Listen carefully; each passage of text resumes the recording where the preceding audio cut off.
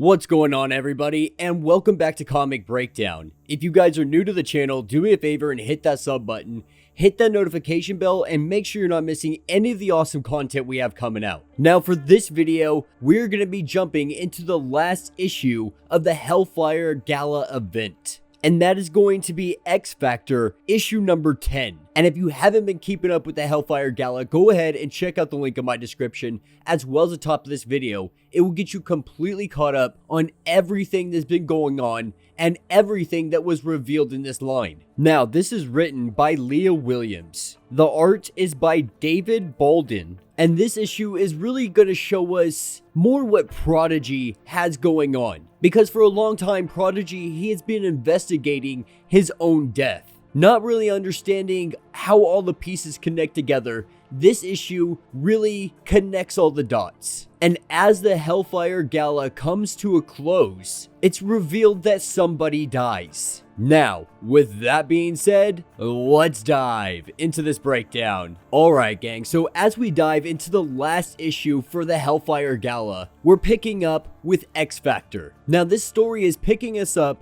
a little bit prior to the gala. Everybody is getting ready. We see iBoy kind of riding his skateboard around, and it's just giving us like a quick glimpse at what everybody's got going on right now. But this is also a very subtle point out to iBoy, because iBoy, his powers have really been growing as a mutant. And Northstar has been keeping an eye on this. Professor Xavier also wanting updates on this, Northstar telling him pretty much to go F yourself. But we'll talk more about iBoy here in a little bit. And so we see all of X Factor, they get dressed and they head out to the car. Everybody dressed in their finest attire. I think of all the outfits that we've seen from the Hellfire Gala, I think iBoy's truly is the best one. It's just so very unique. Now, while all of X Factor is making their way to the vehicle to be able to head to the gala, this is where we see Prodigy kind of break off. And Prodigy tells them that he just forgot something back at home. But iBoy seems to be a little bit suspicious. Everybody else brushing it off like it's no big deal. Like, okay, we'll see you there. Hurry, make sure you're not ridiculously late to the gala event. But what Prodigy is actually doing is going to Club Pepper. And Prodigy doesn't even really know why he's here right now, but he's tracking his murder. A murder of a duplicate him. And when he arrives here, the bartenders, they automatically recognize him, thinking that he probably wouldn't return. Because the duplicate Prodigy, he came here and gave these guys a cell phone. Gave it to them for kind of a safekeeping. In case something were to ever happen to that duplicate, i.e. he gets murdered, the new Prodigy would be able to find this phone and continue on where the last one was going. Now, picking back up at the Hellfire Gala about 9:30 p.m. at night, this is when Shatterstar makes his appearance. Now, we saw this a little bit previously. Now, Shatterstar, he just got done kind of killing the Goddess of Death. Now, this is kind of suspicious because it should have taken him a lot longer than it actually did. But it turns out that you can't really kill a Goddess of Death. The power is just repurposed. And the goddess, her last words when she died, "To the victor go the spoils." And so we're not entirely sure exactly how this affected Shatterstar. We don't know to what extent, we don't know what kind of power may have been transferred into him. Right now, everything is up in the air. But this is what takes us to a Bel Air mansion. It is the home of Buck Thatcher, a very well-known producer of movies in Los Angeles. And right now, Prodigy is here because Prodigy, he checked everything that was on that phone. Everything his duplicate self had left him. And that information led him to this doorstep. Now, Buck Thatcher, he knows who this is. He knows Prodigy. He recognizes his face. Because this is the man who killed Prodigy, who killed the duplicate Prodigy. And he knows all of this. And we see Prodigy smash this guy in the face. Now, back at the Hellfire Gala, there isn't a whole lot going on that we haven't seen in other lines already. For example, in Hellions, where we saw Wildchild try to attack Dakin, but Dakin and Psylocke, more or less, they're a couple, and it's been made public now because of this whole Wildchild incident. And as we see these two dance, as we see them get close and really start to share a kind of intimacy, this is when they get a phone call from Northstar. Now, back in Thatcher's apartment with Prodigy, he was currently standing over this man who killed the last him, and Eye-Boy makes his entrance, telling Prodigy to relax, it's just him, but that he knew something was up.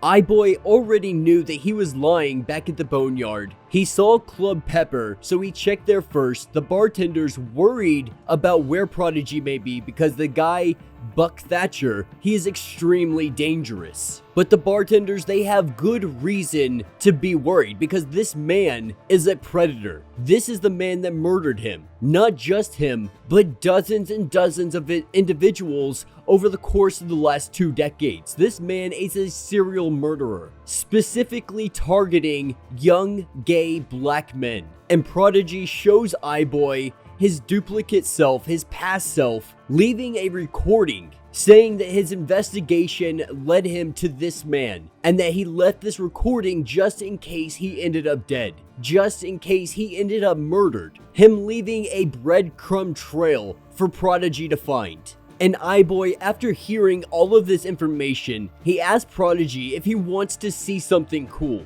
And we see Eye-Boy, he focuses. He concentrates with great focus. And we see from Eye-Boy a giant blast of energy. And it is absolutely devastating. This is what we're talking about when we talk about Eye-Boy's abilities really coming into their own. And while this is super awesome and super cool, it goes much deeper than that. And we're going to talk about that more here in a second. Now, Eye-Boy tells Prodigy that it's okay to cry. You know, this may not have happened to him, but it did happen to his duplicate him. And it's okay to be able to let this out. Now, this is where we see Dakin and Psylocke come into the room, kind of just finding out what's going on. Northstar giving the call to everybody to meet up here, and Eye-Boy fills them in on all the information, letting them know Prodigy's duplicate body is downstairs in the basement, that this man is a serial killer of young gay black men, and they could very easily kill this man, but they're gonna spare him. They're gonna let the humans take care of this guy. The cops are on their way. All the evidence they will ever need is right there. And though the death penalty may not exist in California, he is going to live the rest of his life behind bars in the worst environments possible. But that's what will take us to the Hellfire Gala at 4 a.m. And we have Prodigy and we have Eye-Boy making their way along, and we're finding out more about Eye-Boy. You know, everyone sees him as this goofy kid. He really plays this persona, and he does this intentionally. He does it so people will drop their guard around him because his abilities have grown so much. He can tell everything about a person just by how they react, how they talk. Their body language tells him everything that he needs to know and so much more. And I think that's a really awesome way to take a character like Eye-Boy and really show the true potential of his abilities. Now, as they're having this conversation, this is where we see Tommy, the son of Wanda, because Eye-Boy went out of his way and invited Tommy to make Prodigy happy, because Eye-Boy, seeing all of this, seeing everything, knew exactly that this is what the doctor more or less called for. And so with them, you know, extremely happy, hugging each other, having a good time, making their way to the after party, they see it appears to be somebody laying in the grass. Maybe somebody who partied a little too much. And as Tommy goes to see who this is, Eye-Boy stops him because Eye-Boy knows exactly what this is. He knows exactly who this is, and he knows exactly what they're about to walk into. Trying to stop Tommy, but unable to, Tommy goes running, with Eye-Boy chasing after, telling Prodigy that he needs to call Northstar and he needs to call him right now. And Tommy approaching the body, it is the Scarlet Witch. It is Wanda. It is his mother. And he finds her dead. The Scarlet Witch has died. And the last person to be with her, the last one seen with her, was Magneto. And that will be the end of this issue. So let me know what you guys think down in the comments. This will continue on in the trials of Magneto. Now, we've seen that Magneto was the last one to be with her. I very highly doubt it's going to be that simple. It's going to be as easy as Magneto is the one that killed her. You know, Wanda, she has a lot of enemies within all of mutant kind. So it could be an endless list of names of individuals who could have done this. But I think what I really did enjoy most about this issue in particular, is the development, the story arc of Eye-Boy. I am really enjoying seeing his mutant powers come into their own and him truly be a fighting force. Now, all in all, in the whole Hellfire Gala, I really have enjoyed this line. You know, we have learned a lot of information, and mutant kind is really pushing themselves to the limits. They're pushing themselves out into the solar system. They're claiming this solar system as a mutant solar system, more or less. With the terraforming of Mars, everything has changed. But mutant kind still has many threats from humanity. From Nimrod coming back to the Children of the Vault, there are so many things that can completely topple everything the X-Men have been building, everything mutant kind has been building. But yeah, let me know what you guys think down in the comments. If you have not yet, do me a favor, hit that sub button, hit that notification bell, make sure you don't miss any of the awesome content we have coming out, and until the next breakdown.